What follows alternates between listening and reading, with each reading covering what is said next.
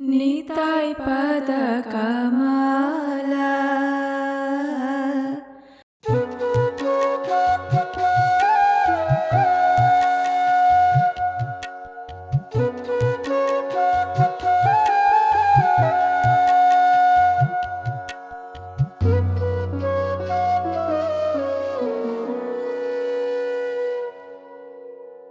हरे कृष्ण।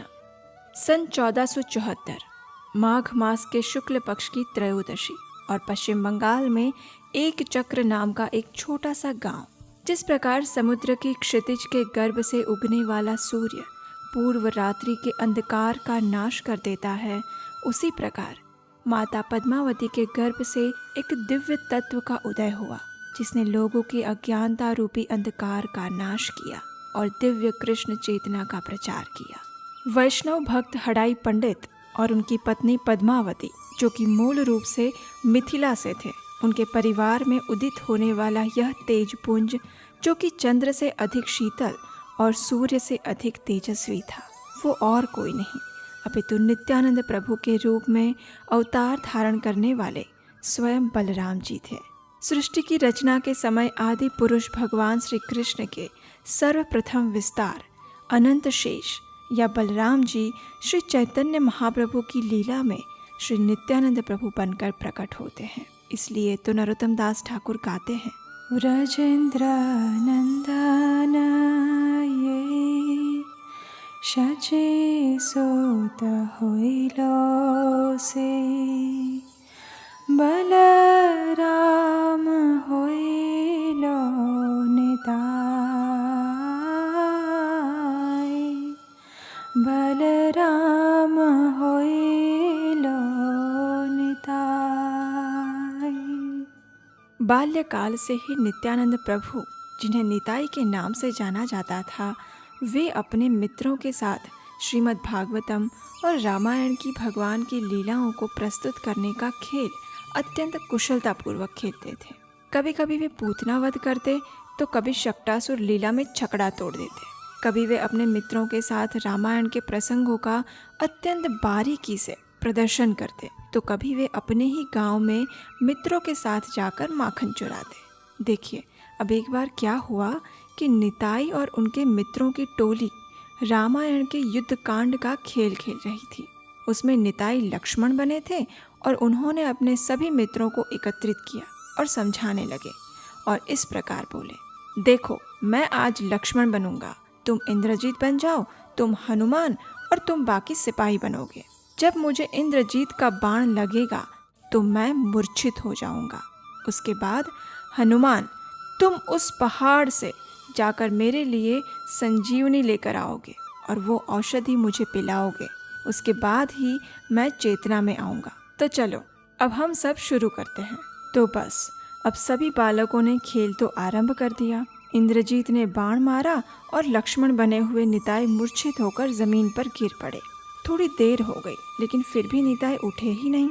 इसलिए उनके मित्रगण चिंतित हो गए। उन्होंने निताई को उठाने का प्रयास किया, लेकिन सब विफल हुआ। आखिर उनका एक मित्र दौड़कर निताई के माता पिता हड़ाई पंडित और पद्मावती माता को बुलाकर ले आया। अब अपने प्रिय पुत्र को इस प्रकार मूर्छित देखकर माता पद्मावती तो क्रंदन करने लगी। हड़ाई पंडित भी निताई को उठाने का प्रयास कर रहे हैं, लेकिन वे उठ ही नहीं रहे। गांव के सभी लोग एकत्रित हो गए और सभी चिंता से व्याकुल हो उठे। उतने में एक बालक को याद आया, अच्छा हाँ, निताई ने बोला था कि जब वह मूर्छित हो जाएगा तो उसके बाद जब हनुमान उसके लिए संजीवनी लेकर आएगा, फिर वह अपनी चेतना में आएगा। तो हनुमान बनने वाले लड़के ने जब ये सुना तो वह उसी क्षण कूदते कूदते छलांग लगाते हुए एक बड़ा सा संजीवनी का पौधा उठाकर ले आया और खेलते हुए निताई को औषधि पिलाने की विधि की। उसी क्षण निताई अपनी चेतना में वापस आ गए। बाल्यकाल में वे रामायण और श्रीमद् भागवतम की लीलाओं का इतना जीवंत प्रदर्शन करते थे कि कभी कभी गांव के लोग सोच में पड़ जाते कि ये निताई को ऐसी ऐसी बातें कैसे पता है जो ग्रंथों में भी नहीं लिखी है। इस प्रकार श्री नित्यानंद प्रभु के बाल्यकाल के 12 वर्ष बीत गए। 13वें वर्ष में जब उन्होंने प्रवेश किया ही था, उसी समय हड़ाई पंडित के घर में एक सन्यासी आए। एक आदर्श गृहस्थ की तरह हड़ाई पंडित ने उन सन्यासी का उचित स्वागत सत्कार किया, उन्हें प्रसाद दिया और उस दिन वे सन्यासी हड़ाई पंडित के घर में ही रुक गए। दूसरे दिन प्रातः काल में जब वे सन्यासी जाने लगे तो उन्होंने हड़ाई पंडित से कहा, हे हड़ाई पंडित, मैं आपकी सेवा और आतिथ्य से अत्यंत प्रसन्न हुआ हूँ, लेकिन मैं आपसे कुछ याचना करना चाहता हूँ।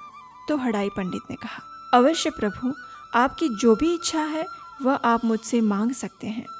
मैं अपनी योग्यता के अनुसार अवश्य ही आपको संतुष्ट करने का प्रयास करूँगा।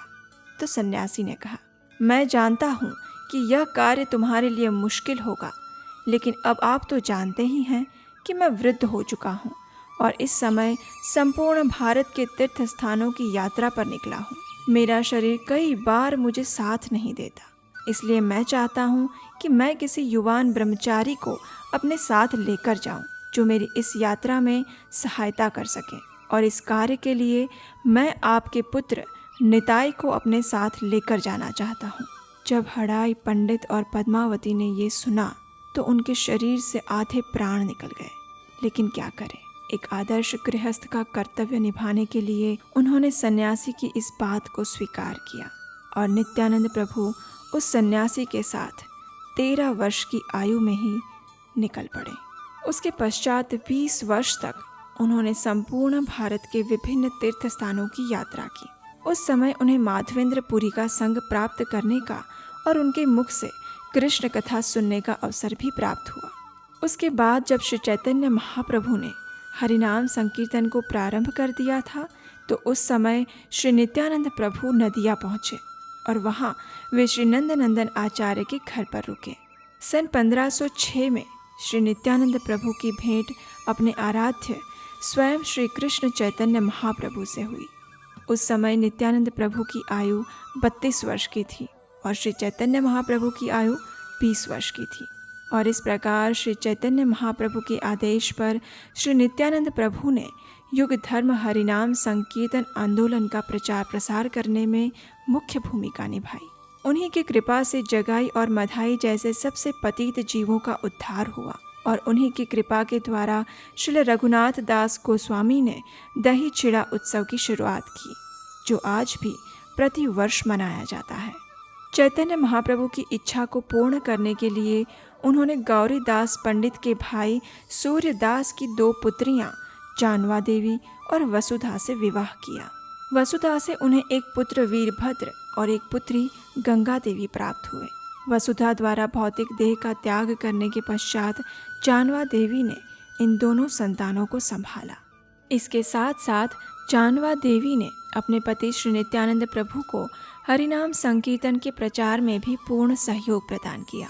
श्री नित्यानंद प्रभु ने श्री क्षेत्र जगन्नाथपुरी, पानीहाटी, सप्तग्राम, शांतिपुर और संपूर्ण बंगाल में हरिनाम संकीर्तन आंदोलन का प्रचार किया और अंत में एक चक्र के पास बंकिम रे नामक भगवान श्री कृष्ण के विग्रह में वे समा गए। इस प्रकार उन्होंने अपनी इस धरातल की लीलाओं को समेट लिया।